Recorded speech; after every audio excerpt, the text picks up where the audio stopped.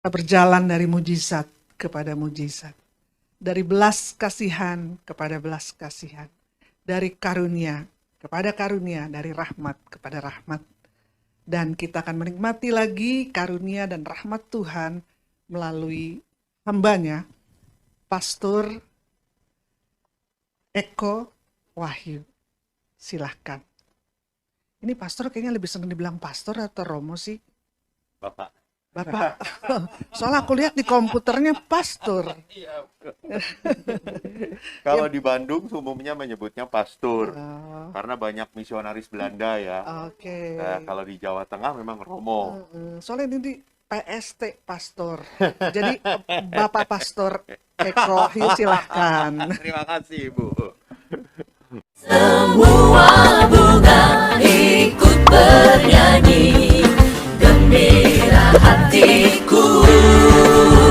Segala rumput pun riang-riang, Tuhan sumber gembiraku. Saudara-saudari yang terkasih, setelah kita menapaki perjalanan sesi pertama, tadi kita bisa melihat bagaimana perjalanan iman dari anak bungsu. Dan rupanya titik baliknya dari anak bungsu bertemu dengan kasih Allah yang tiada batas. Kasih Allah yang tiada berubah. Bahkan pemazmur berkata, Allah itu sudah mencintai engkau sebelum engkau berubah, sebelum engkau bertobat, Allah mencintai engkau. Jadi dahsyatnya Tuhan itu mengasihi kita. Jadi Allah mencintai kita tanpa batas, kita mencintai Allah dalam kelemahan kita. Ini sebuah pergumulan yang terus-menerus kita harus sadari. Tadi kita sudah berbicara tentang perilaku-perilaku yang akhirnya mendarat pada penderitaan. Dan penderitaan itu sampai kapanpun harus disudahi. Jadi kalau kita sadar bahwa hidup kita menderita, bahwa hidup kita merasa ada sesuatu something wrong gitu, ada sesuatu yang membuat saya selalu gelisah, ada sesuatu yang saya tidak membuat tenang, itu berarti tanda bahwa saya harus merubah sikap saya.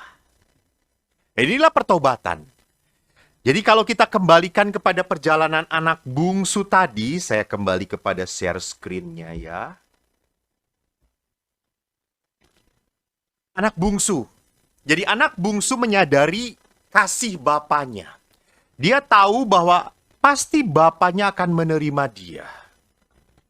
Dan kesadaran itu rupanya tidak hanya berhenti pada kesadaran, pada kebaikan Bapa, tetapi juga harus ada kesadaran bahwa saya salah, saya tidak benar. Ya, ada orang yang berkata, Romo, saya tuh sudah berdoa supaya anak saya itu bertobat. Tolong bantu Romo doanya, Romo. Sudah sekian lama saya doakan supaya bertobat. Nah, pertanyaannya, apakah anak itu sadar nggak bahwa dia salah? Jadi kalau dia nggak sadar bahwa dia salah, mau didoakan seperti apapun, tidak akan berjalan. Karena dia tidak merasa salah. Gitu. Ayah oke kok. Yang salah tuh mama. Gitu. Saya teringat sekali sebuah kesaksian seorang ibu. Ibu ini dikaruniai seorang anak yang disabilitas. Tapi anak ini bisa ditolong, kata dokter. Coba diberi penanganan medis. Dia bawa ke dokter manapun, dia minta kepada pastor manapun untuk didoakan. Tetapi setelah begitu dia berusaha keras untuk membawa anak ini, toh anak ini masih tidak bisa tertolong. Anak ini memang difabel, dia ada mental retardation sedikit. Akhirnya ibu ini merubah pola pikir. Dia akhirnya berkata, Romo, yang harus didoakan itu bukan anak saya yang harus didoakan. Yang harus disembuhkan itu bukan anak saya saya yang harus disembuhkan. Dan akhirnya ibu ini, dia menerima bahwa anaknya cacat. Dan setelah menerima anaknya cacat, dia makin bersuka cita.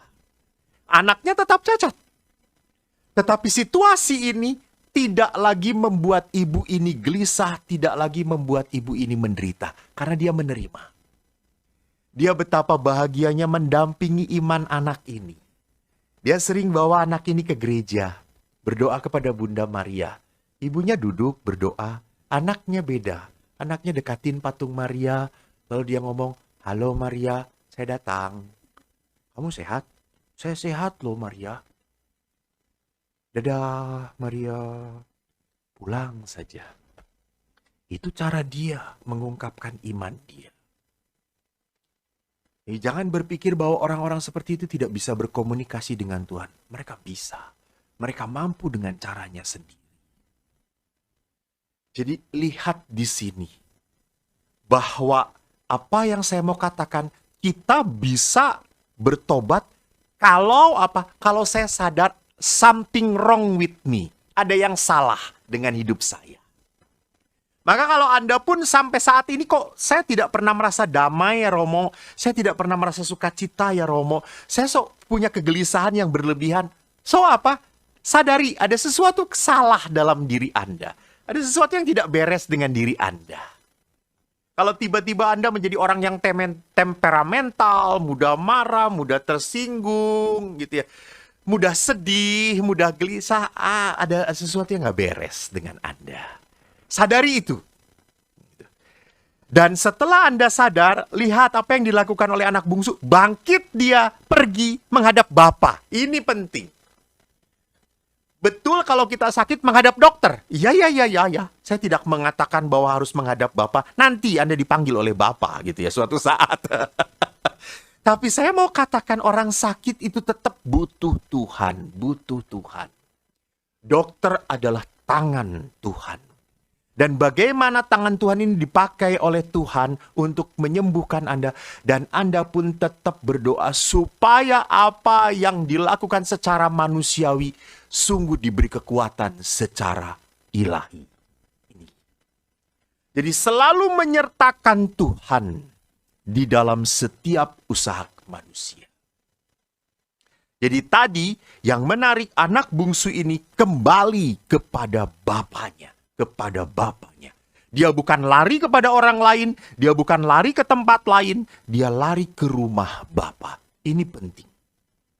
Jadi di saat apapun yang Anda hadapi, situasi berat seperti apapun, larilah ke rumah Bapa. Di sana Anda akan menemukan ketenangan. Bukankah Yesus berkata, "Marilah kepadaku, kamu semua yang letih lesu dan berbeban berat. Aku akan memberikan kelegaan kepadamu." Ini teladan anak bungsu yang begitu indah. Sehingga kita sampai pada titik bahwa kasih Bapa itu selalu besar. Selalu berlimpah. Tidak pernah tidak pernah kehabisan. Jadi cinta Allah itu tidak pernah kehabisan. Kerannya selalu ada untuk kita. Nah, pertanyaannya adalah apa sih yang mendatangkan berkat dalam hidup kita? Sewaktu saya mencoba untuk merenung apa yang mendatangkan berkat untuk kita. Apakah kita menyumbang Elizabeth Ministry? Seperti tadi Ibu Esther katakan gitu ya. Oke. Saya kalau tidak setuju nanti saya nggak dapat amplop pulangnya saudara-saudara. Nggak apa-apa, saya nggak dapat amplop tapi dapat cek. Apa yang mendatangkan berkat? Saya langsung ingat apa yang dikatakan oleh Bapak Paus Fransiskus waktu menghadirkan tahun kerahiman ilahi. Ada 2 poin yang sungguh baik. Yaitu apa? Yang mendatangkan berkat adalah keberanian untuk liberation dan restoration. Pembebasan, membebaskan. Kalau kan saya tadi berkata, apa yang membuat saya menderita? Cinta uang, gitu. Jadi uang itu yang selalu membuat kita gelisah, selalu membuat takut, selalu, aduh jangan-jangan kurang, jangan-jangan nggak cukup, jangan-jangan hilang. So, kita harus belajar untuk apa? Membebaskan. Di saat Anda melepaskan, justru akan ada sebuah hati yang sukacita. Itu beda kok. Jadi aneh ya. Itu yang saya rasakan loh. Silahkan kalau Anda punya pendapat lain, nanti Anda komentar di chat gitu ya. Nanti jam 9 malam setelah acara ini selesai. Bagi saya, pada saat orang berani melepaskan, mereka hidupnya lebih enteng, lebih damai, lebih sukacita. Saya banyak bertemu dengan orang-orang seperti itu. Memberi tanpa pamrih, memberi tanpa ketakutan berkekurangan. Itu liberation. Maka kalau kita lari kepada liberation, itu adalah apa? Kesediaan untuk merendahkan hati. Ini syarat mutlak merasakan kerahiman Allah adalah pertobatan. Dan di dalam pertobatan, itu di situ ada sebuah apa? Liberation. Kan kalau orang berdosa itu kan berarti orang diperbudak oleh dosa, dicengkram oleh kelemahan dirinya gitu ya. Maka pada saat ia berani membebaskan cengkraman itu, ia berani membebaskan ketergantungannya gitu ya. Misalnya orang tergantung pada seksualitas, pada minuman, hanya itu yang menyenangkan dia, dan pada saat dia berani membebaskan, justru dia akan mendapat apa? Berkat kepenuhan dari Tuhan. Bagaimana Tuhan bisa menghibur Anda kalau Anda sudah terhibur oleh barang dunia ini? Jadi kalau Anda sudah bisa mencapai titik kebahagiaannya di dalam dunia, hal-hal duniawi, tidak perlu Tuhan lagi. Gitu. Maka di situ kan sering orang bertanya, apakah di dunia yang penuh kemakmuran Allah, God is dead? That's right. Sometimes people do not need God anymore. Karena mereka sudah merasa tercukupi.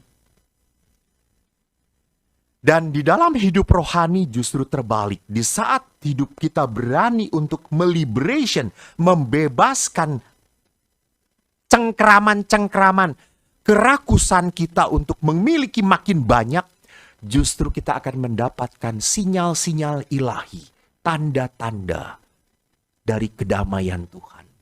Kita mencicipi rasanya Tuhan. Seperti Agustinus. Agustinus itu mengejar kepuasan batin dengan kepandaian. Karena Agustinus pandai. Dia ingin tahu Tuhan itu seperti apa. Dan akhirnya sampai pada titik dia tidak mampu lagi.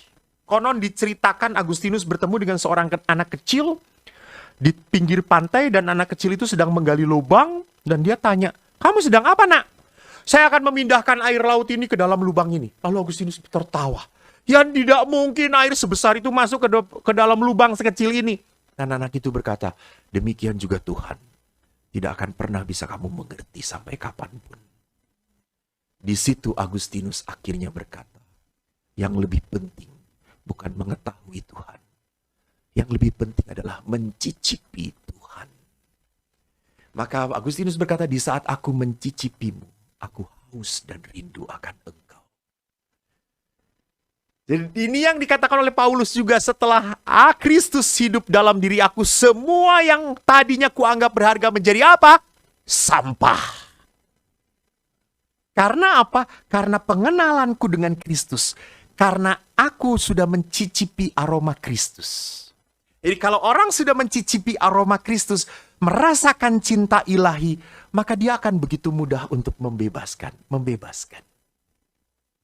Pembebasan ini tentunya juga pembebasan apa? Memberi maaf itu pembebasan. Membebaskan. Dari hati, dari batin. Dari situasi yang membuat saya tidak nyaman. Dan yang kedua adalah apa? Restoration. Pembaharuan. Maaf, bukan pembaharuan. Baharu itu nama belum EYD. EYD-nya baru. Jadi membarui. Jadi restoration itu artinya saya membangun kembali apa? Hidup iman saya.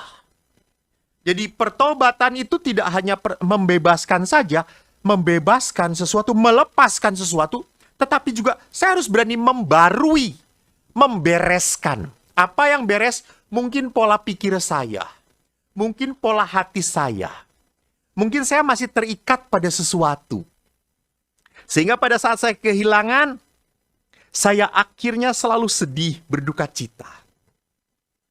Dan kuasa untuk membarui kehidupan selalu ada di dalam Roh Kudus. Tidak ada. Maka Yesus sendiri berkata kepada para murid, tinggallah. Sebelum diutus, Yesus mengatakan pada para murid, tinggallah. Sebelum mereka mendapatkan pencurahan kuasa Roh Kudus, mereka tidak pernah bisa diutus. Karena hanya Roh Kudus yang membarui, menyusun ulang hidup rohani kita. Maka kalau kita kembalikan, apa sih yang membawa berkat dalam hidup kita? Pertama, keberanian kita untuk melepaskan. Sama seperti Zakeus, pemungut cukai. Dia selalu mengumpulkan. Tetapi setelah bertemu Yesus, setengah dari hartaku akan kukembalikan kepada orang miskin. Dan sekiranya ada orang yang kuperas, akan kukembalikan 4 kali lipat. Padahal menurut hukum Taurat hanya 2 kali lipat. Mengapa Zakeus berani seperti itu? Dia sudah merasakan cinta Yesus. Yesus yang datang kepada dia tidak mengatakan kamu jahat, kamu pemungut cukai, kamu pemeras, kamu suka membuat orang lain miskin. Tidak, Yesus datang, Zakeus, aku akan tinggal di rumahmu. Kaget dia. Di mana orang begitu banyak melari, meninggalkan dia, tidak mau menyapa dia, Yesus justru datang, kitik di bawah dia. Hei Zakeus, bayangin, kalau Jokowi tiba-tiba datang, Eko, saya akan datang ke pasturan.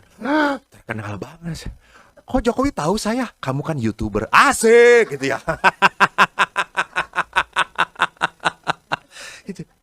Jadi Zakeus pun seperti itu. Dia merasa bahwa dia tidak harus bertobat dulu untuk dicintai oleh Yesus. Nggak. Maka pada saat ia merasakan cinta yang begitu besar, dia akhirnya apa? Liberation. Melepaskan. Dan di dalam keberanian melepaskan, kita harus mempunyai karya Roh Kudus untuk apa? Bertahan di dalam kebaikan dan kebenaran. Maka kalau kita mau bertahan di dalam kebaikan dan kebenaran, supaya berkat Allah tidak hilang dalam hidup kita, kita diberi kekuatan oleh gereja, yaitu apa? Hidup sakramen. Sakramen 7 sakramen gereja. 2 sakramen yang begitu indah, yaitu apa? Rekonsiliasi dan ekaristi. Di mana Tuhan selalu ingin berdamai kembali dengan kita. Tuhan rindu anak-anaknya pulang seperti seekor induk ayam yang merindukan anak-anaknya untuk berlindung di bawah kepak sayapnya. Dan bahasanya kayak gitu indah banget ya, bahasa-bahasa pemazmur yang begitu lekat dengan antropomorfismenya Tuhan. Kerinduan Allah. Jadi di dalam sakramen rekonsiliasi jangan Anda berpikir, aduh harus mengaku dosa, lihat saya pasturnya, nggak jadi. Jadi jangan lihat pasturnya, lihat kerahiman ilahi di balik sakramen itu. Di balik sakramen rekonsiliasi. Sakramen ekaristi. Tolong, hai anak-anak muda, jangan puas dengan dengan misa online. Anda sudah diperkenankan misa offline, ya berusahalah misa offline. Coba pacaran suruh online, senang mana? Online atau offline pacaran? Lu bisa nyium pacar lu, konslet lu, kesetrum gitu ya. Jadi sama, kalau pacaran senang offline, misa pun offline lah. Gitu ya. Kalau engkau tidak merindukan Tuhan, Tuhan rindu menyentuh kamu. Tuhan rindu menggenggam kamu. Hidup sakramen. Allah itu ingin memberikan apa? Rejeki. Kita butuh Kalau tubuh kita nggak butuh, nggak betul. Tapi jiwa kita, hati kita membutuhkan santapan ilahi. Yang kedua, kita harus mempunyai disiplin doa pribadi. Walaupun Anda sering doa bersama, sometimes that's not enough. Doa pribadi adalah saat engkau intim dengan Tuhan. Engkau seperti anak yang ngobrol dengan bapaknya. Ketawa-ketawa, nangis, lakukan. Jadi kalau Anda dalam doa pribadi mau nangis, mau teriak-teriak, silahkan. Jangan dalam doa Ekaristi. Sencingping, gitu ya. Dalam Ekaristi, ya Tuhanku Yesus, saya marah. Saya yakin satpam ngeluarin Anda gitu ya. Jadi di dalam doa pribadi Anda bisa mengungkapkan beban Anda. Penderitaan Anda. Kita butuh. Supaya apa? Hidup itu perlu berkatarsis. Berkatarsis itu mengeluarkan beban. Mengeluarkan beban. Jadi kita hanya bisa mengeluarkan beban kepada Tuhan. Dan Tuhan yang akan memberikan kelegaan pada kita. Maka punyalah waktu berdoa yang konsisten. Ini membuat berkat kehidupan, kelimpahan tidak akan hilang dalam hidup Anda. Yang ketiga, firman Allah. Saudaraku, jangan katakan, Romo baca kitab suci itu susah. Betul. Karena ini firman Allah, bukan firman manusia. Dan firman Allah itu bukan untuk dihafal. Firman Allah itu, berbahagialah orang yang mendengarkan sabda Tuhan dan tekun melaksanakannya. That's right. Tekun melaksanakannya. Bagaimana saya bisa melaksanakan firman Tuhan kalau jarang baca kitab suci?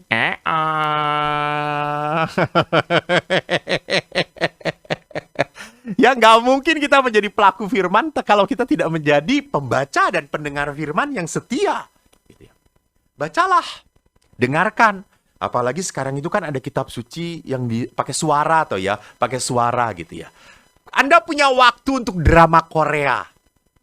Sampai 1-2 jam, aduh rindu banget, aduh gimana ya nasibnya dia, aduh ganteng banget kalau suami gua kayak gitu, aduh gue bahagia. Yang kayak gini aja, yang kampret aja gak bahagia, apalagi yang kayak gitu. Jangan cari suami yang ganteng, banyak dicari orang nanti gitu ya. Termeso, sorry. Jadi, apa yang saya mau katakan? Membaca firman Allah adalah nutrisi bagi hidup iman kita. Kita bisa berguru bahwa segala pergumulan iman sudah ada di sini. Ada yang terpuruk, banyak. Ada yang merasa ditinggalkan oleh Tuhan, banyak. Ada yang merasa bahwa saya tidak salah.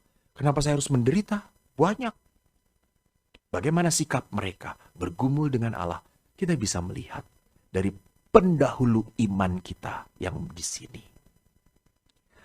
Keempat, apa komunitas doa? Jadi Anda perlu punya komunitas ya, tapi jangan punya komunitas yang cuma chit-chat doang, cuma arisan. Cobalah punya komunitas yang bisa saling mendukung, menguatkan dalam doa. Apalagi saya tertarik sekali bahwa Bapak Uskup mengingatkan, setahun ini hidup kita sudah susah banget, sudah berat. Tadi Ibu Esther berkata, sudah terpuruk di mana-mana.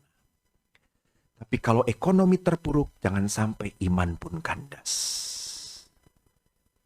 Maka saya sangat sedih kalau saya mendengar ada orang Katolik yang bunuh diri.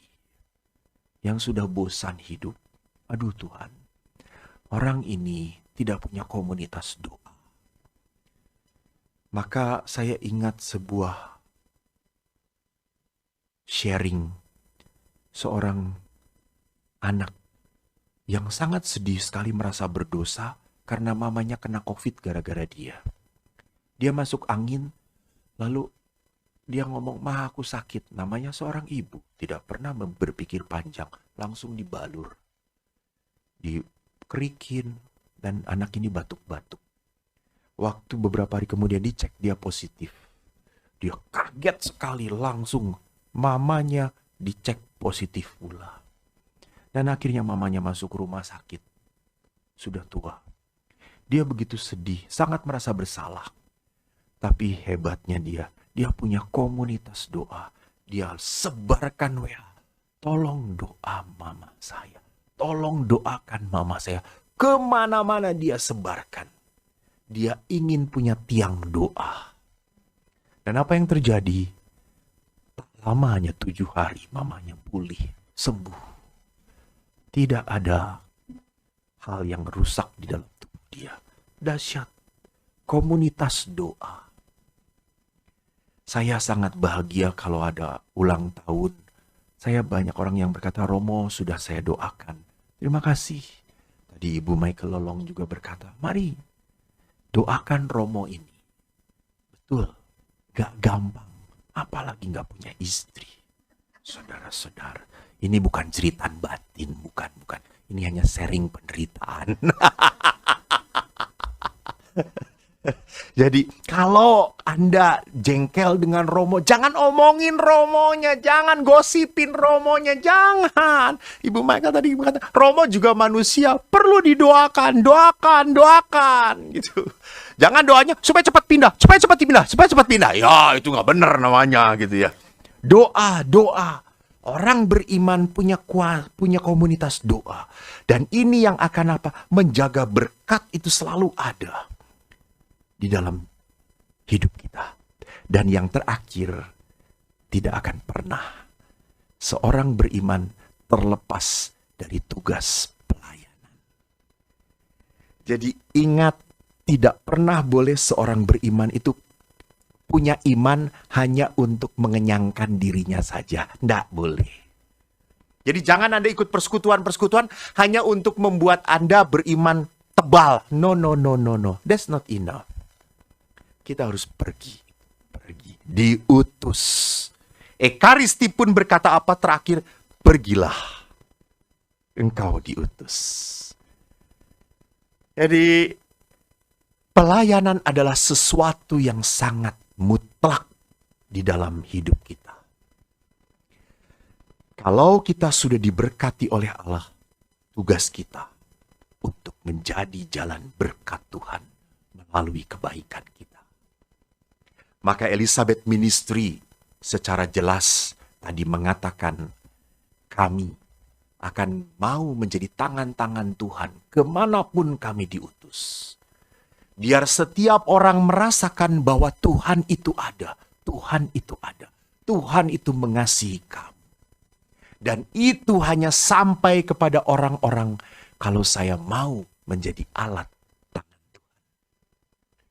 Maka di saat pelayanan terjadi dalam hidup kita, berkat Allah sungguh nyata. Bukan hanya bagi kita, tetapi juga bagi sesama kita. Terima kasih saudara-saudariku atas 2 sesi yang sudah kita jalani bersama-sama. Sekarang silahkan kalau ada yang mau bertanya, tanyalah kepada Ibu Esther Kandau. Suatu kehormatan bagi saya, Romo yang diurapi, dipakai Tuhan, diutus oleh Tuhan untuk memberkati kita sekalian. Thank you, Romo. Sama-sama. Hari ini saya menghimbau saudara-saudara sekalian, sebagaimana tadi dibawakan oleh Romo, seorang anak bungsu sangat kurang diajar, dia minta harta, warisan untuk dirinya. Dan apa yang dia buat dengan uang itu?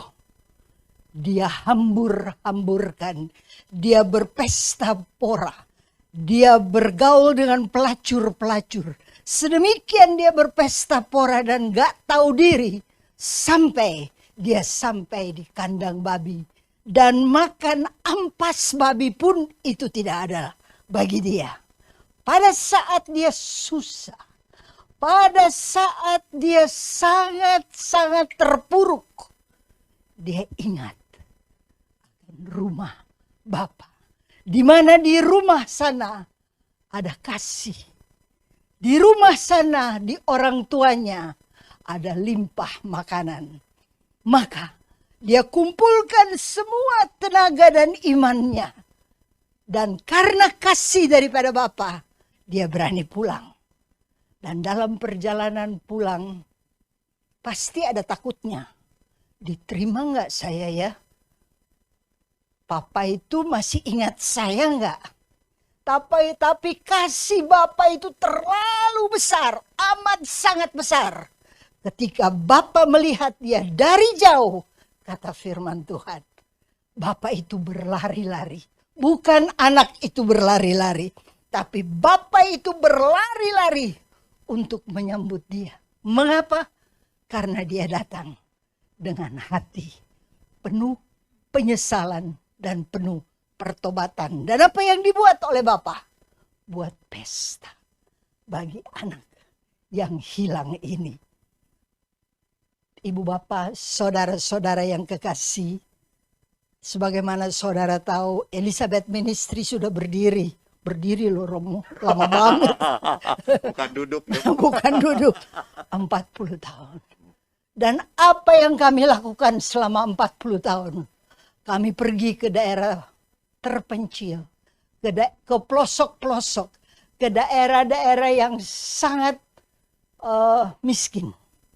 Dan di sanalah kami berbagi. Pertama adalah penginjilan, yaitu bagi kabar baik, kabar sukacita yang adalah firman.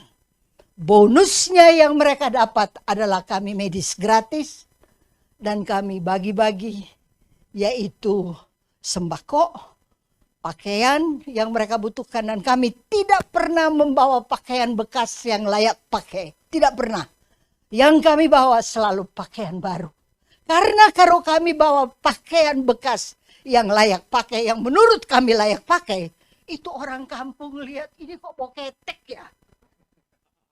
Bisa dia marah, dia kutuk-kutuk sama kami yang bawa pakaian yang kami pikir layak pakai. Jadi selalu kami ambil keputusan, kami akan bawa yang baru.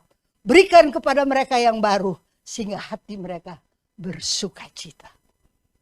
Ini uang bukan dari kami. Kami kumpulkan pelayanan-pelayanan di kota besar. Kami kumpulkan uang itu. Sehingga satu waktu kalau kami pergi, maka kami pergi dengan berkat. Sebagai anak yang hilang ini, dia hambur-hamburkan uang. Tapi ketika dia bertobat, kembali kepada Bapa, apa yang dibuat oleh Bapa? Tidak dicambuk anak ini, tapi Bapak buat pesta. Bagi ibu bapak, saudara-saudara yang kekasih, pada saat ini saya mau himbau.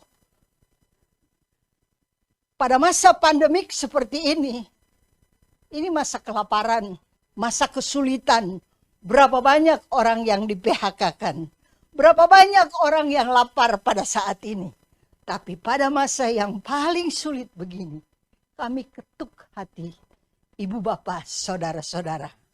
Maukah kita berbagi dengan mereka yang berada nun jauh di sana? Ibu bapak, saudara-saudara yang kekasih, perhatikan di dalam kitab suci. Ada Elia ketika sungai Kerit kering. Bapak berkata, pergi, dan ada janda di sana. Janda miskin, bukan ke janda kaya. Mending kan kalau janda kaya.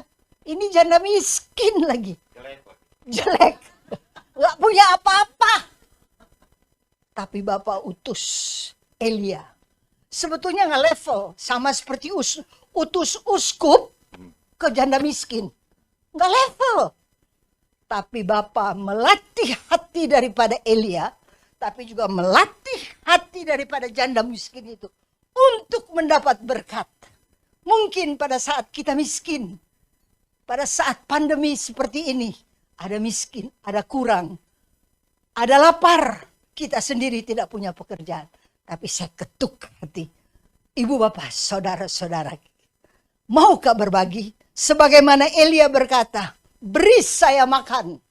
Kami Elizabeth Ministry berkata, beri kami uang supaya kami bisa bawa, kalau pandemi ini lewat, kami bisa bawa ke desa-desa, ke daerah-daerah terpencil. Perempuan ini berkata, janda miskin ini berkata apa? Aku hanya punya segenggam tepung dan sedikit minyak di buli-buli. Sesudah itu saya akan buat roti untuk anak saya dan saya.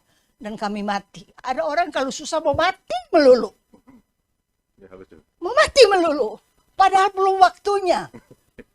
Dan apa yang dikatakan oleh Elia, kasih saya dulu. Dan apa yang terjadi? Minyak yang ada di buli-buli tidak habis. Dan tepung yang ada padanya juga tidak habis. Dia tidak hidup dari kekurangan. Tapi dia hidup dari kelebihan. Bagi ibu bapak saudara-saudara yang kekasih. Yang saat ini mau berbagi kepada Elizabeth Ministry. Bukan untuk kami, tapi untuk mereka yang membutuhkan. Catat hari ini tanggal berapa. Engkau akan hidup dari kelebihan dan bukan dari kekurangan. Karena engkau berbagi bagi mereka yang pada saat ini mungkin sedang berdoa kepada Bapa. Bapa, kapan engkau berkati kami? Dan apa yang saudara berbagi, seberapa saja yang engkau berikan, maka Tuhan pasti perhatikan. Kami ada rekening BCA nomor, saya baca pelan-pelan supaya saudara catat. BCA 500 534 2209. Sekali lagi, BCA nomornya 500 534 2209 atas nama Sali Meke C. Lolong dan Suci Bungaran yang saudara berikan bukan untuk kami pakai bersenang-senang dan berpesta pora, tapi yang saudara berikan adalah kami akan berikan kepada mereka yang membutuhkan pertolongan. Dan berbahagialah saudara-saudara sekalian kalau boleh ambil bagian di dalam karya Tuhan yang mulia ini. Karena apa yang kau buat pada saat ini, apa yang kau berikan pada saat ini, tercatat di kerajaan sorga. Sama seperti Bapa, ketika anak hilang itu kembali. Apa yang dilakukan oleh Bapa? Ketika anak hilang itu kembali, pulang ke Bapa. Dia buat pesta yang amat besar. Apa yang disembelih? Lembu yang tambun, bukan yang sakitan. Lembu yang tambun. Diberikan cincin, diberikan kasut, diberikan jubah yang indah. Dan biarlah kita sekalian menikmati pesta dalam Tuhan. Yaitu damai sejahtera, sukacita, kasih, pengampunan daripada Bapa.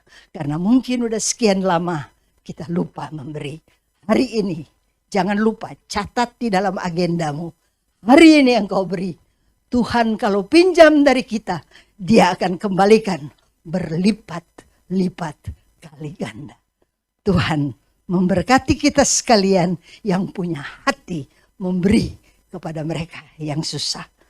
Tuhan memberkati. Kita tunduk kepala sejenak dan berdoa. Dalam nama Bapa dan Putra dan Roh Kudus. Amin. Bapa yang baik. Terima kasih Tuhan. Kalau hari ini Engkau gerakkan hati kami untuk mengulurkan tangan kami dan menyisihkan sebagian daripada harta yang Kau titipkan kepada kami, supaya mereka yang susah, mereka yang miskin, mereka yang kurang beruntung juga bisa memperoleh berkat daripada-Mu. Dan setiap tangan yang memberi, kembalikan kepada mereka, Bapa.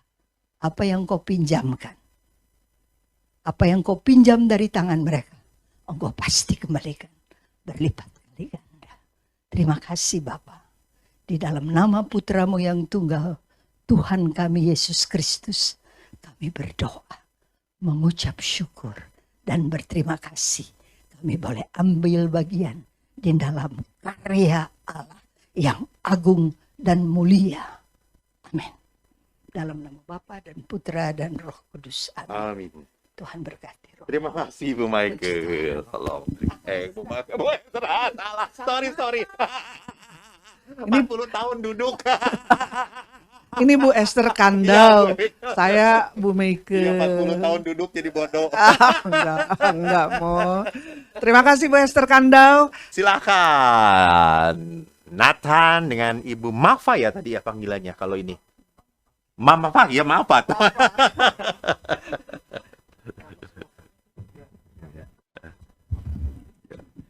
Silahkan, sudah masuk pertanyaan dari Alvindo Paroki apa nih GYB ya? GYB Lubuk Pakam Medan. Oke Nova. deh. Bagaimana tindakan yang tidak kita sengaja lakukan, namun orang lain merasa terberkati dan berterima kasih kepada kita? Apakah itu dinamakan perilaku kita, hanya respon diri yang Yang tidak diinginkan diri kita. ya gitu deh Mo. Kok hilang? Mungkin boleh ditampilkan. Ya, jadi Jangan hilang dulu, bodoh saya lupa. bagaimana tindakan Tindakan yang tidak tidak kita sengaja lakukan, namun orang lain merasa terberkati dan berterima kasih pada kita. Apakah itu dinamakan perilaku dari kita atau hanya respon diri yang tidak diinginkan diri kita? Ya, ini pertanyaannya mendalam. Butuh 2 malam untuk diterangkan. Iya. Saya juga bingung nih. Oh apa ya? Jadi Bapak Alvindo, terima kasih atas pertanyaannya. Sungguh membuat saya gemetar. Namun menarik di sini bahwa memang ada orang-orang yang punya karakter baik. Jadi tidak perlu dipaksakan pun memang baik. Tidak perlu ia membaca kitab suci pun baik. Jadi ini yang disebut dengan kepekaan. Jadi ada orang-orang yang punya kepekaan baik, spontanitas. Memang dia memang orang baik, spontanitas. Langsung lakukan ini, langsung buat ini, buat itu. Tanpa disuruh, tanpa diminta. Maka seringkali orang-orang seperti ini mengagetkan orang-orang yang tidak biasa. Gitu. Yang tidak biasa, lihat, ih baik banget orang ini. Langsung, terima kasih ya. Terus dia, ih kenapa terima kasih? Biasa aja kali. Nah, ya. Mengerti maksud saya? Jadi setiap pribadi itu punya nilai kepekaan yang berbeda-beda. Jadi mungkin Bapak Alvindo punya kepekaan yang tinggi sehingga pada saat ini lumrah loh saya lakukan, ini biasa saja. Betul bagi Anda, tapi tidak bagi semua orang.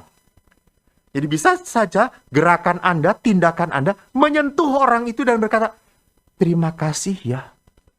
Lalu apa yang harus saya lakukan? Ya Anda berkata, oh syukur pada Tuhan. Maka seperti itu. Jadi kalau orang mengakui tindakan Anda sebagai sebuah kebaikan, tidak perlu terima kasih ya. Lalu Anda berkata, biasa aja tuh. Nggak perlu dibuat seperti itu. Nanti tersinggung ya udah nggak jadi terima kasih kata saya tuh. Jadi katakanlah syukur kepada Allah. Jadi rupanya Anda punya kepekaan yang tinggi untuk melakukan sesuatu yang baik.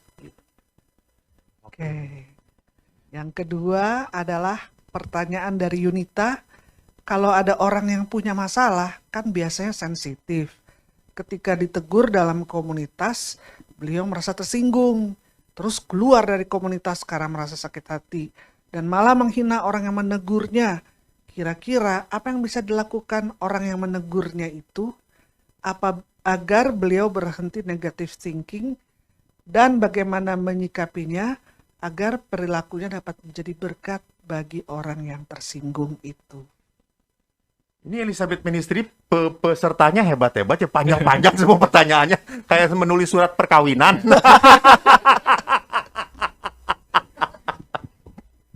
Jadi, Bu, mau menyadarkan orang bahwa dia salah. Kalau orang itu tidak terima bahwa dia salah, kita capek sendiri. Kita capek sendiri. Jadi, kalau tahu bahwa orang itu sedang sensitif lalu akhirnya negatif, keluar lalu menjelek-jelekan, ingat, orang terluka pasti kata-katanya akan melukai. Jadi kita hanya apa? Mengerti. Oh oke, dia tersinggung, dia kecewa. Apa yang bisa kita lakukan sebagai seorang beriman? Yes, that's right. Just pray for him. Pray for her. Doakanlah. Jadi Tuhan tunjukkan pada dia kebenaranmu. Memang kalau sedang orang terluka itu tidak bisa langsung dia yaitu tidak bisa langsung dia memaafkan. Kan harus namanya pengolahan toh. Di dalam luka batin juga ada acara pengolahan. Dia kan belum terolah. Jadi kalau belum terolah itu orang hanya akan aksi, reaksi. Itu orang yang terluka. Tapi orang yang sudah membereskan aksi, no, wait. There's choice. Nah, itu orang yang sudah membereskan. A, B. Gua balas atau saya bisa merespon seperti ini karena saya orang yang tidak terluka. Jadi kalau orang terluka hanya aksi, reaksi gitu ya. Semoga menjawab. Jadi reaktif gitu ya. Benar. Ya. Oke, pertanyaan ketiga.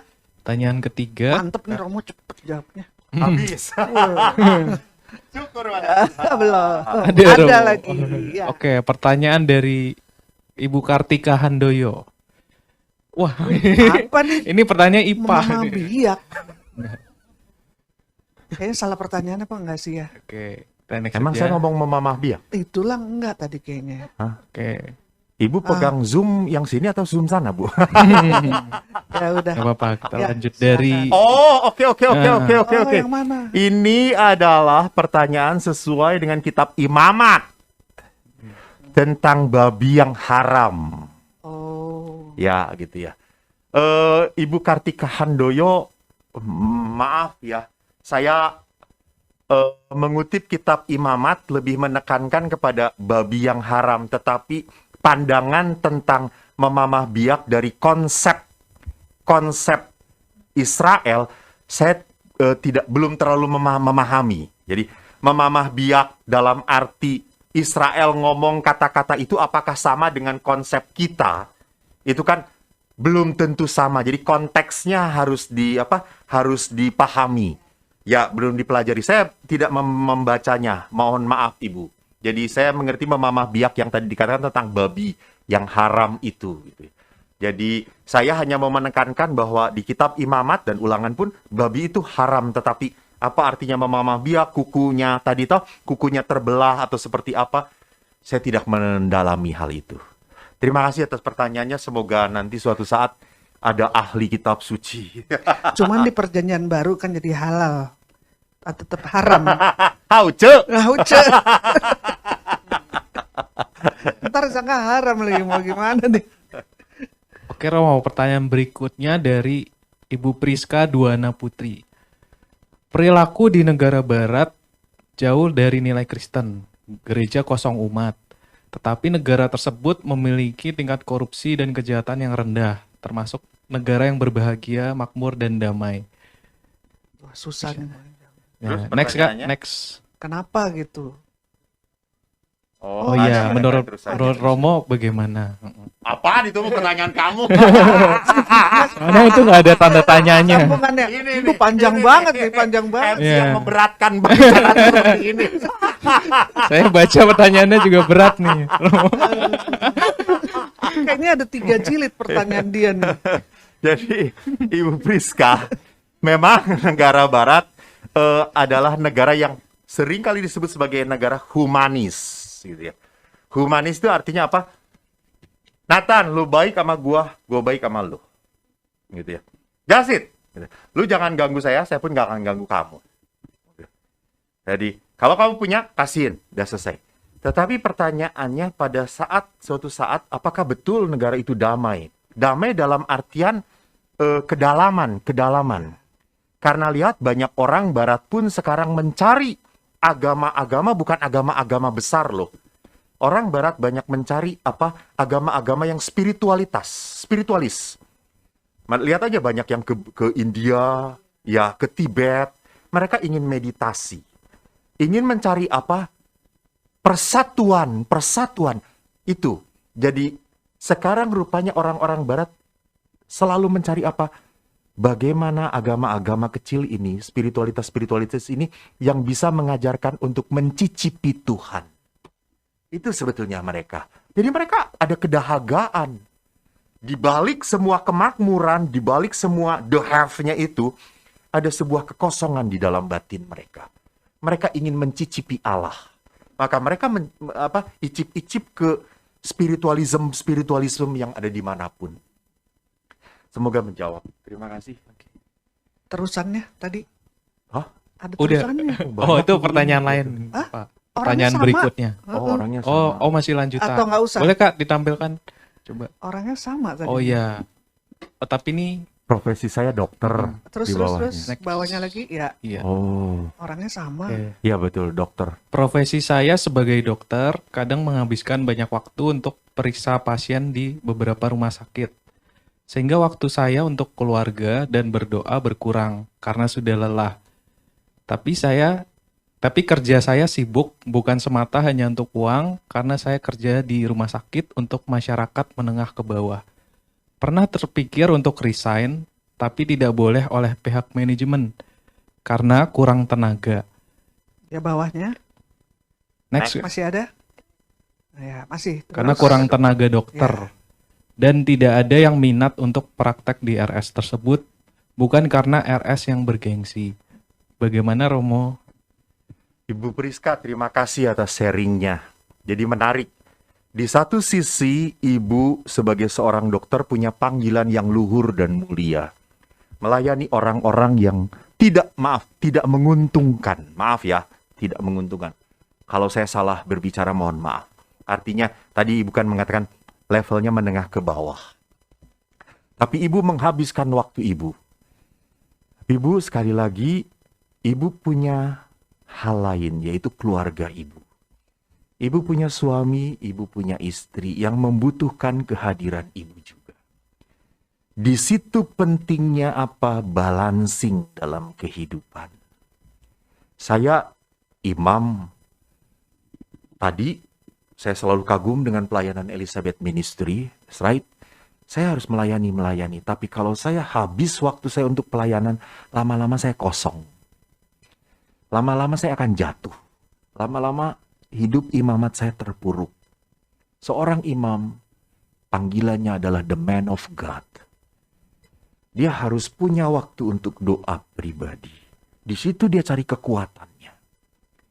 Maka sama, di dalam perkawinan pun, pertama-tama dan utama Anda disatukan oleh Allah. Untuk apa? Menjadi pasangan bagi pasangan Anda.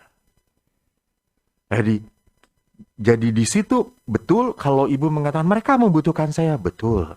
Tapi jangan pernah lupa bahwa keluarga pun sama membutuhkan Anda. Dan waktu akan berjalan. Tidak bisa Anda mengatakan, ya sudah Romo, selama saya masih kuat saya akan kerja dulu di rumah sakit. Nanti setelah capek baru saya ke keluarga. Hilang waktunya. Tidak bisa digantikan. Tidak bisa digantikan. Saat anak Anda membutuhkan Anda, kehadiran Anda sungguh-sungguh sudah kehilangan. Sama toh anak kecil. Waktu Anda bisa memeluk, memangku, ya. Tapi setelah SMP, SMA, masih mau dipeluk? Gak, lari dia. Lebih senang cari pacar daripada dipeluk sama ibunya sendiri. Oh, secantik apapun ibunya. Karena chemistry-nya beda. Gitu ya. Jadi, lihat di sini, ibu harus belajar untuk apa? Membalancing.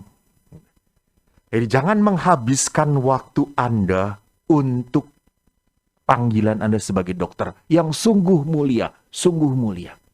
Tetapi di sisi lain Anda mempunyai keluarga yang sungguh merindukan kehadiran sosok seorang ibu, bukan seorang dokter.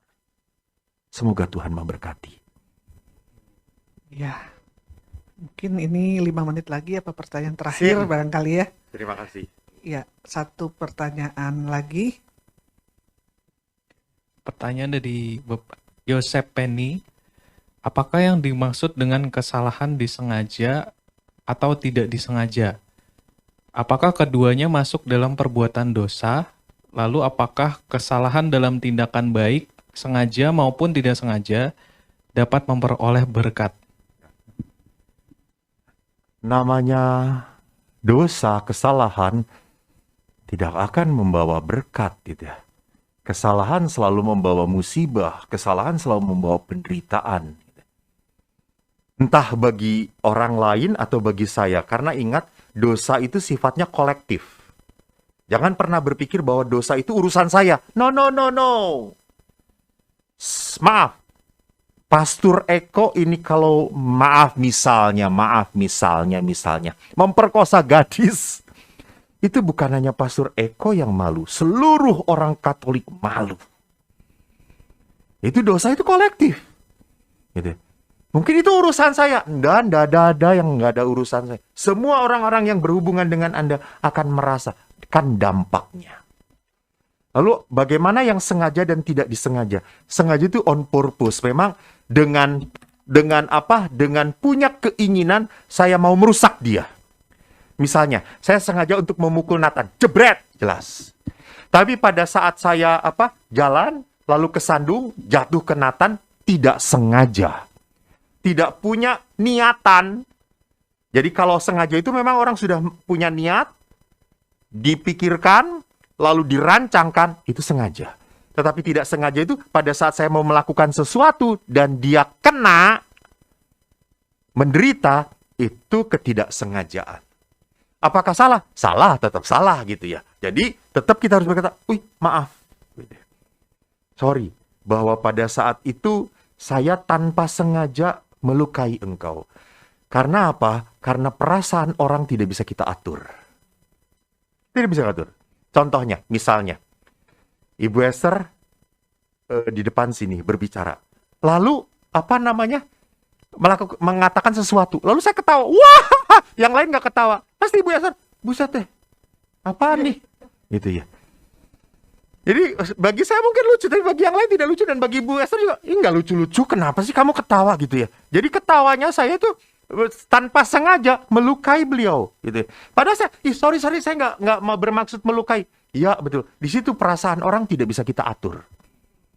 Maka disitulah pada saat ada orang yang tanpa sengaja tersakiti, saya sebagai orang yang rendah hati, seperti tadi dikatakan, 7 kali dia melukai Anda, Anda harus tetap minta maaf dan mengampuni.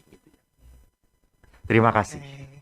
Terima kasih banyak. untuk masih banyak sebenarnya pertanyaan, cuman ya waktunya sudah habis. Terima kasih. Saudara-saudara jangan lupa Ibu Long juga adalah pewarta. Tanya pada beliau. Sekarang aja rendah hati menjadi pembicara, pembawa acara, saudara-saudara. Iya. Jadi kita akan masuk ke dalam doa syafaat. Dan tadi kan kata Romo menyerahkan perasaan susah kepada Tuhan, karena kuasa doa itu sungguh luar biasa dan Tuhan selalu mendengar doa. Bapak Ibu yang terkasih, mari bersama-sama kita tutup perjalanan refleksi in harmoni hari pertama ini dengan doa syafaat. Saya nanti akan memberikan waktu pada Anda untuk menyerukan doa Anda masing-masing. Sekarang mari kita angkat hati kita. Kita tahu Allah yang kita sembah, Allah yang kita puja, Allah yang ada di depan kita adalah Allah yang penuh kasih. Kita ini anak-anaknya. Mari kita berseru bersama-sama. Aku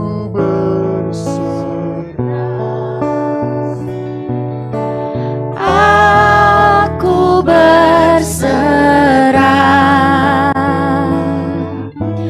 pada Yesus Juru Selamat. Aku Sekali lagi katakan, aku berserah. Aku berserah. Aku berserah kepada Yesus Juru Selamat. Aku berserah. Tuhan, dunia kami sedang dirundung kemalangan. Hati kami terjepit oleh penyakit yang sekian lama melilit kehidupan kami, menghancurkan sendi-sendi ekonomi. Saudara-saudari kami jatuh di dalam kekurangan karena mereka tidak bisa bekerja. Saudara-saudari kami binasa karena penyakit COVID-19. Kami menangis, Tuhan, karena kami kehilangan orang-orang yang kami kasihi. Kami tidak bersalah sedikit pun. Dia orang baik, tapi kenapa penyakit itu menghantam dia, Tuhan? Tuhan, kami mohon kepadamu, urapi iman kami, barui iman kami, kokohkan iman kami, sehingga di dalam perjalanan yang serba sulit ini, kami tidak akan pernah kehilangan iman kepadamu. Bapa, kami berseru kepadamu. Aku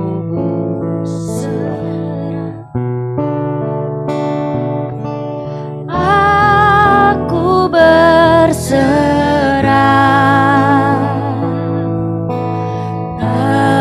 kepadamu, Juru Selamat. Aku berserah. Kami berdoa bagi keluarga-keluarga yang mulai retak, Tuhan, yang mulai kehilangan kasih dan pengampunan-Mu.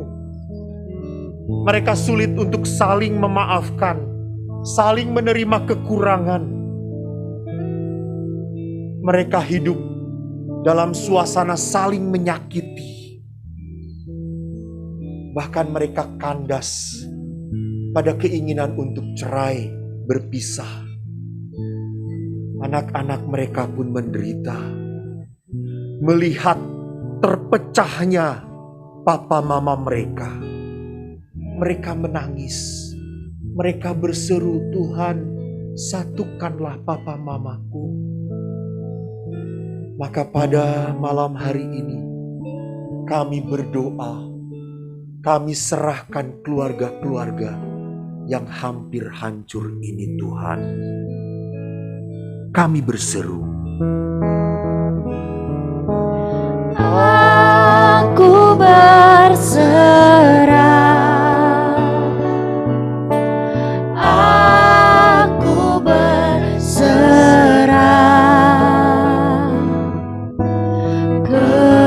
kepadamu, Juru Selamat. Aku berserah. kami berdoa bagi saudara-saudari kami yang sedang terbaring sakit. Mereka tidak kuasa. Tubuh mereka begitu kesakitan. Penyakit menghantam mereka. Penyakit yang tak tersembuhkan, yang harus mereka tanggung seumur hidup. Sehingga kadang-kadang mereka berseru, Tuhan, kami capek, kami lelah, kami sudah tidak tahan, Tuhan, dengan penyakit ini.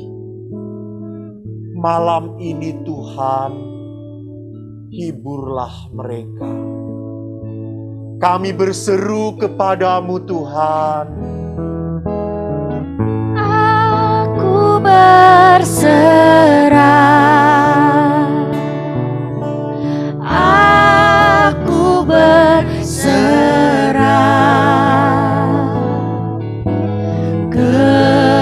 kepadamu, Juru Selamat. Aku berserah. Malam ini kami berdoa bagi orang-orang yang sudah kehilangan iman, putus asa. Sekian lama mereka berdoa, namun mereka merasa bahwa doa mereka percuma, tidak Kau jawab. Sepertinya Engkau adalah Allah yang tuli bagi mereka. Tuhan, malam hari ini Engkau ingin menunjukkan kuasa-Mu. Engkau ingin menunjukkan jawaban-Mu pada mereka. Maka biarkanlah bersama orang-orang saudara-saudari kami yang putus asa dan kehilangan harapan, kami berseru kepadamu ya Tuhan. Aku berserah,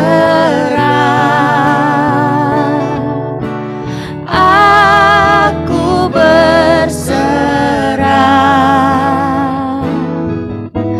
kepadamu,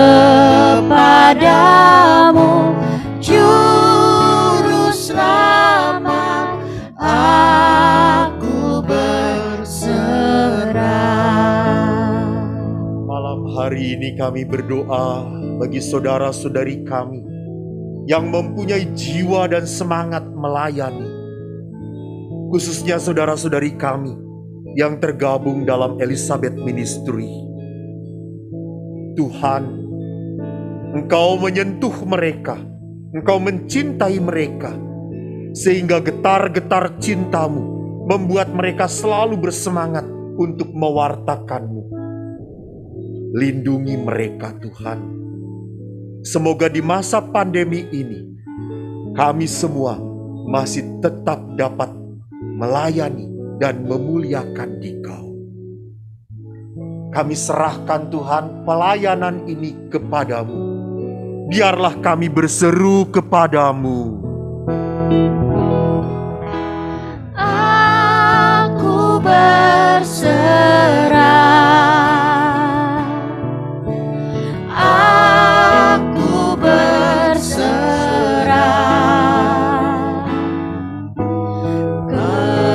kepadamu, Juru Selamat.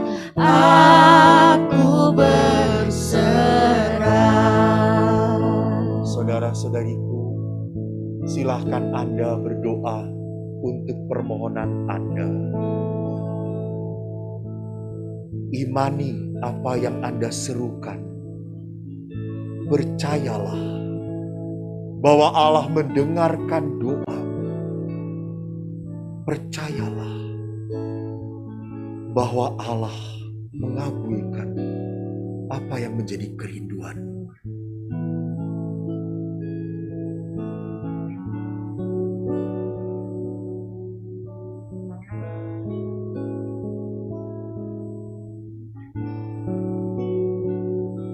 Bersama-sama kami berseru kepadamu Tuhan.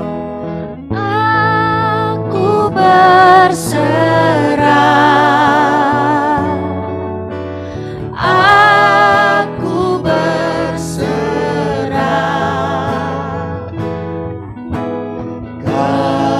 kepadamu, Juru Selamat. Aku Sekali lagi kita serukan kepada Tuhan dengan iman kita. Aku berserah, aku berserah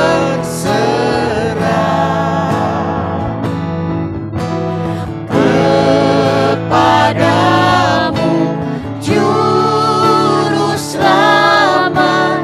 Aku berserah. Tuhan, kami serahkan seluruh doa, harapan kami padamu. Karena kami percaya semua kehendak-Mu, semua yang terjadi menurut kemauan-Mu yang terbaiklah untuk kami. Maka kami persatukan seluruh doa-doa syafaat kami ini dengan doa yang diajarkan Yesus sendiri. Bapa kami yang ada di surga, dimuliakanlah nama-Mu. Datanglah kerajaan-Mu. Jadilah kehendak-Mu di atas bumi seperti di dalam surga. Berilah kami rejeki pada hari ini, dan ampunilah kesalahan kami, seperti kami pun mengampuni yang bersalah pada kami. Dan janganlah masukkan kami ke dalam pencobaan, tetapi bebaskanlah kami dari yang jahat. Terima kasih Tuhan atas perjalanan refleksi ini. Biarkanlah hidup kami selaras dengan kehendak-Mu. Biarkan kami menjadi anak-anak-Mu yang setia menjaga berkat di dalam diri kami.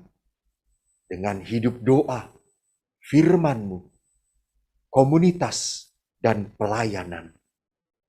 Kini kami mohon, turunkan berkat-Mu atas setiap keluarga anak-Mu. Berikan mereka kedamaian. Berikan mereka rejeki yang berkecukupan. Jauhkan mereka dari segala penyakit dan dari segala permasalahan kehidupan. Saudara-saudariku, berkat Allah melimpah atas Anda semua. Dalam nama Bapa dan Putera dan Roh Kudus. Amin. Dengan demikian refleksi kita telah selesai. Syukur kepada Tuhan. Mari kita pergi, kita diutus. Amin. Saya persilahkan. Terima Ibu. kasih Bapak Pastor Romo Eko. Waduh, komplit banget. Komplit. Paket komplit. Paket komplit. Biarlah Romo Eko selalu dilindungi Tuhan, Terima kasih dijaga banyak. Tuhan, Terima diberkati kasih. dan selalu penuh kemuliaan Tuhan. Amin. Terima kasih atas Terima kasih. doanya. Saya Ya. boleh pergi. Jangan dulu. Oh, silakan. Dan kita juga punya YouTube. Ini kan Romo YouTuber gitu ya. Kita punya YouTube yaitu Elizabeth Ministry. Ada juga Romo Eko karena waktu itu beliau pernah mengisi juga di Elizabeth. Jadi bisa dilihat di Elizabeth Ministry. Istri, jangan lupa di subscribe. Subscribe. Wah, kira-kira YouTuber Like. emang Pak ya. Di like, di Tekan komen, loncengnya tekan lonceng, Dan tombol share. notifikasi dan share sebanyak-banyak. karena supaya firman Tuhan makin tersebar. Terima kasih kepada Bapak Ibu semua yang sudah bergabung di dalam webinar kali ini. Kami juga mengucapkan terima kasih pada Romeko. Ya, terus lagi juga ada Siapa lagi? Romo Ewaldus. Romo Ewaldus, juga Ibu Tres, Ya. Om Esther, semuanya yang Semua, sudah Bu berpartisipasi Liana, dan ada khususnya buat Suci, ada Ibu Lili, semua yang sudah melayani hari ini semua juga para kameramen, terima kasih, kameramen ya operator, semuanya. semua terima kasih, Simple Tune. Iya, dan Simple Tune Oke. ya keren banget ya. Promosi diri sendiri. Ya. Jangan lupa dengerin Oke. lagu Simple Tune. Bisa di search di YouTube Simple Tune _ID. Ya. Nah, itu deh. Nah, Oke. sekian kegiatan hari ini. Saya Nathan. Saya Mafa. Pamit undur diri. Sampai jumpa di webinar berikutnya. Selanjutnya, Tuhan Tuhan berkati. Kita lagu penutup dari Simple Tune.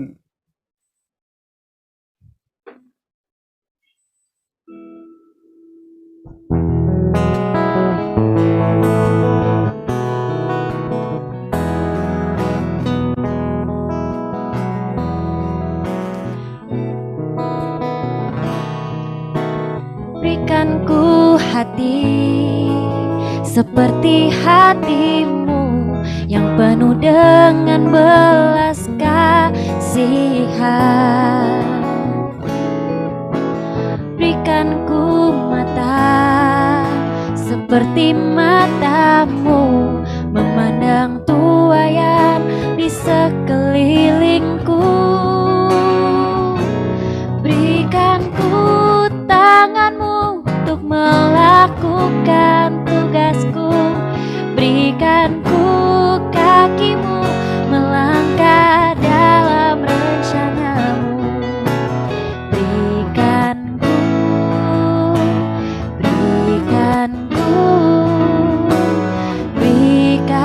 ku hatimu.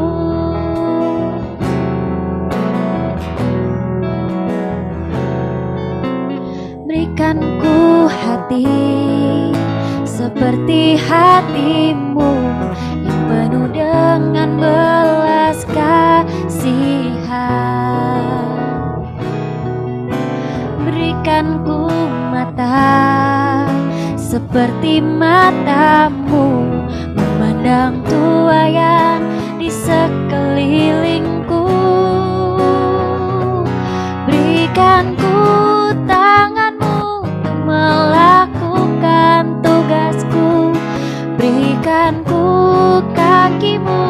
melangkah dalam rencanamu.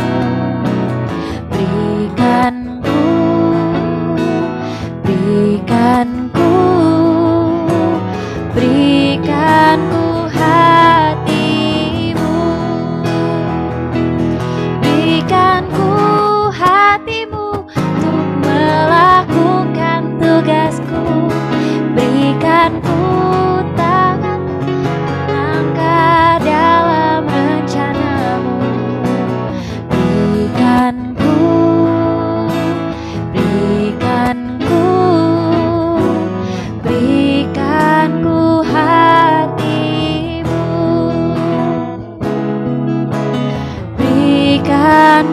hatimu,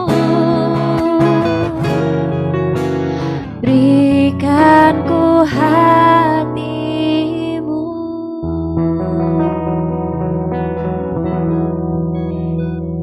Terima kasih, Tuhan memberkati kita semua. Sampai ketemu di webinar selanjutnya.